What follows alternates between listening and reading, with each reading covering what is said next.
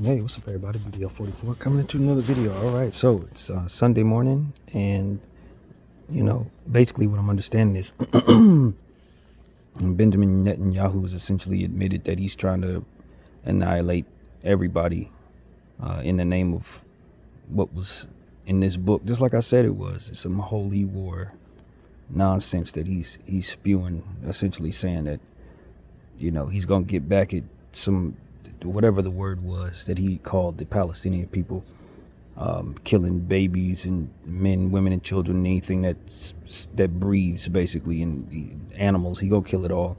He admitted to that, from what I was able to gather from what I saw there.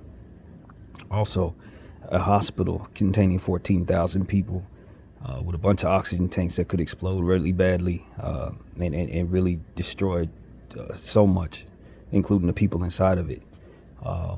It's basically the next thing that they're saying they're going to target. And, Wizard Basan One and several others are essentially asking us to spread the word and try to save Al-Quds Hospital. Al-Quds, I'm not sure if I'm saying it correctly, but that's the hospital that the Israeli demons are expected to try to destroy next, killing 14,000 people who are already trying to recover from the bombings and things and the stuff that they've already done to these people. And it's highly explosive because of what is in that hospital specifically. I wake up in the morning and I meditate a little bit first. I had a couple of dreams that they weren't not important, but the point was I woke up out of those dreams and just understood that I got to keep going, man. I can't walk away from what it is that comes naturally to me in regards to this, because others may not be able to be as strong as me in the situation for whatever reason, or I can't do that. I have a voice here, I have a responsibility here, and the God that I serve is giving me the clarity of mind to understand that this is the move. We move forward. Not everybody will be able to move with you, though. And when it comes to being strong enough to speak on stuff or strong enough to endure, it's not for me to try to drag others along. And so if you're with me, you're with me. If you're not, then God bless you, man, because I'm going to do this. I'm going to speak on it. And it's one of those situations where I don't allow fear to drive me, and I certainly don't allow the trauma to drive me, because at the end of the day, I'm not dealing with that. I have the privilege of being in my phone as opposed to it being boots on the ground. I have the privilege of looking at it and then looking away, as opposed to people down there who can't stop dealing with it no matter how bad their trauma is. I understand that I've dealt with trauma in my life, which is why I feel empathetic to people who are dealing with trauma, but the level of trauma that they're being put through, the level of terror they're being put through, I don't know nothing about that. And what it really comes down to is I do have the privilege of turning my phone off. I do have the privilege of scrolling up, scrolling down, going outside, go to a party, go outside and play some basketball or something. I got the privilege to walk away from the trauma that I'm seeing in my phone. And because of it, I don't think I have a right to. For the sake of those who don't have that privilege, they need us who have the ability to actually see what they're seeing, what they're showing us, pleading for their lives in real time as these idiots about to blow up another hospital, 14,000 people. And I'm supposed to just think about my own trauma. I guess I'm supposed to just fall back in line with what America's doing, because it's just so much safer over here. Like, I'm not wired like that. I'm not going to be wired like that. And so that's just what it is. I'm not ashamed of anybody who can't deal. A lot of us have dealt with our own trauma, and we got to do what comes naturally to our spirit. But as for my spirit, I'm not going to let my own trauma pull me away from what it is that others need me to see so that they can survive the day, or so that the word that's not being spread around our country, because our country is run by the people who are doing this, and our country is aligned with protecting the people who are doing this. I'm not going to sit back and fall back into my comfort zone just because I might have seen something or felt something or whatever the hell. I'm not doing that. I feel this is what the Lord wants me to do, and I feel like that's just what it is. These people need support, not for us to look away because we're sad, or look away because we're traumatized, or look away because it's just too much for us. What about them who can't look away? If this were happening here, we would need them to not look away. We would need them not to think about their own trauma and say, you know what, I can't do it. It's too much for me. We would need help, and we would have it if all of us turned away and just went back and was silent or too scared to talk because our contracts could be compromised, or someone might take away our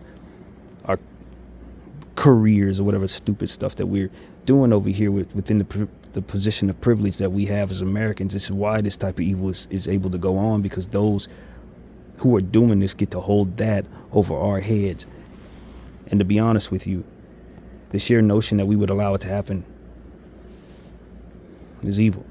Silence is violence. That's one of the things that I read, and it stuck with me. Silence is absolute violence. These people are waging holy war against children, women, animals, and anything in the area,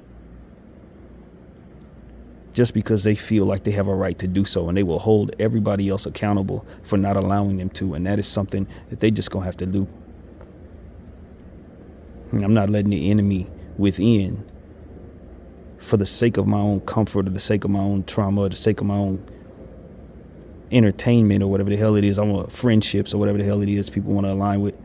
Keep me from speaking out on what's real. Keep me from using my voice, for which I know is powerful, to tell the truth and shame the devil. So I want to encourage everybody to do the same thing. Use your voice. Don't look away. Don't just say, I can't do it. This is too much. Nah, that's weakness within, and it's the same weakness that they're able to hold over the heads of these people as they do this to them, because they're expecting us to look away because of our own trauma, expecting us to look away because of our own circumstances of privilege. They expect us to look away because they have put things in place for us to be distracted by, so that when they decided to do this, we would look away. So that's what I want to say to all the people that follow me. Understand that. When you're sitting in your privileged home where no bombs are being burst outside in the air, and nobody's coming to bomb your residential building, just remember, the people who are doing this, they're going to have to turn their attention to somewhere when they're done. And judging by the evil that they're engaging in, this ain't going to stop.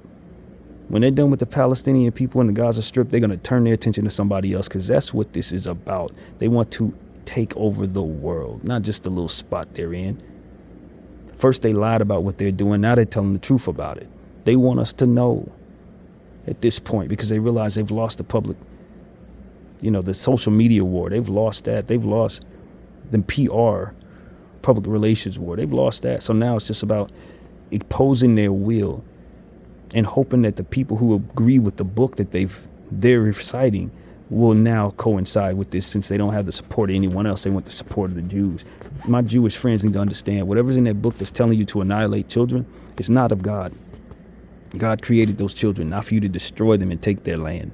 Anything in that book that tells you that was written in there by a man who didn't love anything, least of all you. And the fact that Netanyahu is using that to pander to his own people because he's lost the PR war is weak. It's absolutely weak. Good Jewish people know damn well they're not supposed to be destroying children and people and everything in their land just to take back more of their land. That is wrong. It was wrong when America did it to the natives, and it's wrong when you do it to anybody you do it to. And we need to understand that a lot of our holy books have been messed with. They have been corrupted. So if you're reading something 7,000 years later, you better believe that it could have been put there by somebody who wasn't necessarily about the betterment of anybody at all. And the fact there's so much to question about that particular history there, I'm just of the belief that they're just moving as they want to move. And they probably put that crap in their book themselves. So at this point, it's not about me disrespecting anybody or none of that. It's about me trying to help through what I can to save lives. And right now, what I'm seeing there is people who are waging war against people who really are believers in God, who really do know of God, who really are praying all day long.